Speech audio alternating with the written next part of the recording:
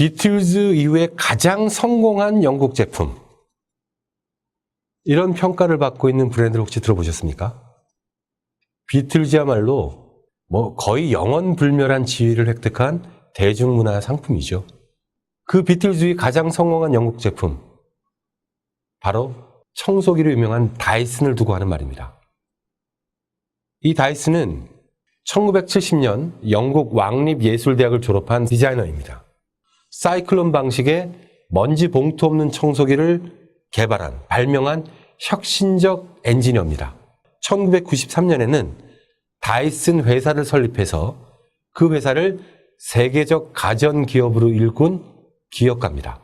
즉, 이 사람은 디자이너이자 엔지니어이자 기업가인 보기 드문 사례입니다. 다이슨에 대해서는 많은 이야기거리가 있습니다만 다이슨 하면 우리가 귀 기울여 들어야 될 부분은 혁신적인 제품을 만든 훌륭한 엔지니어 디자이너다, 이 부분도 있지만 그런 혁신적인 제품을 만들어내기까지 과정에서 이 사람이 겪었던 수없이 많은 실패에 더 주목할 필요가 있습니다. 감히 말하자면 실패를 통한 혁신의 아주 드문 사례라고 표현할 수 있습니다.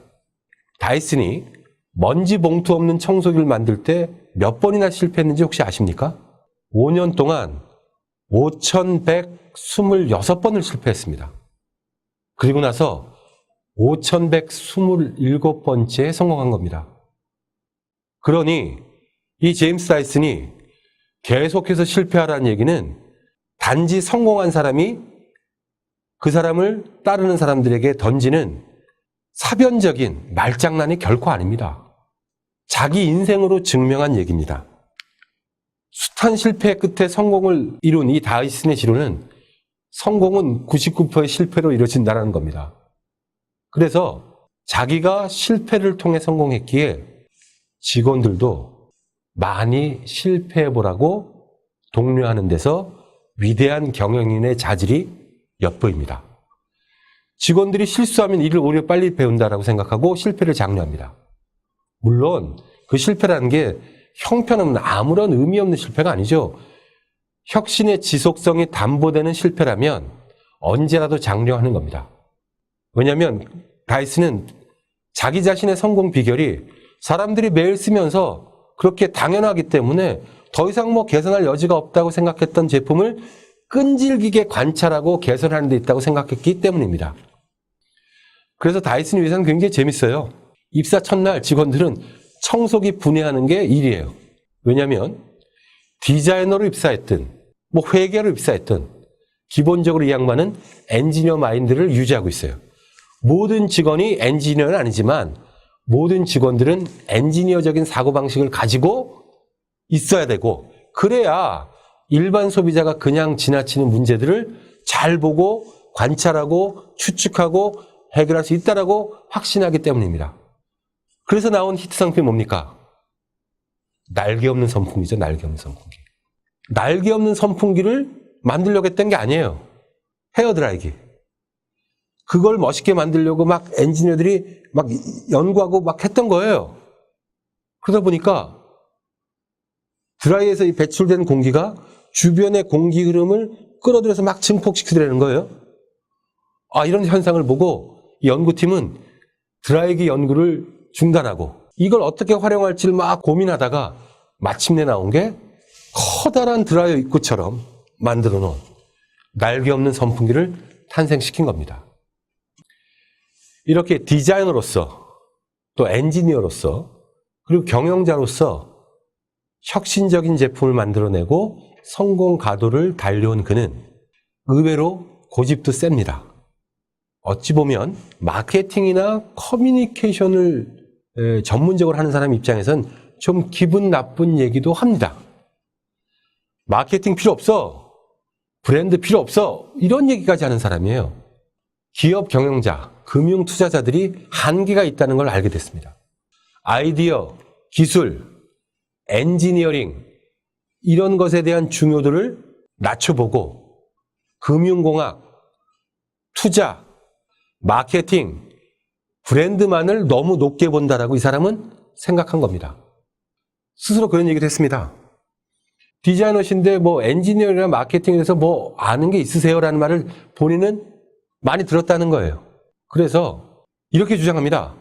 영국이 전 세계에서 광고 산업이 제일 발전하는 국가로 성장하는 동안 제조업은 망했습니다.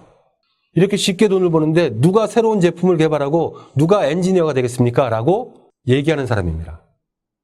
영국 경제 현재 그렇게 좋지 않습니다.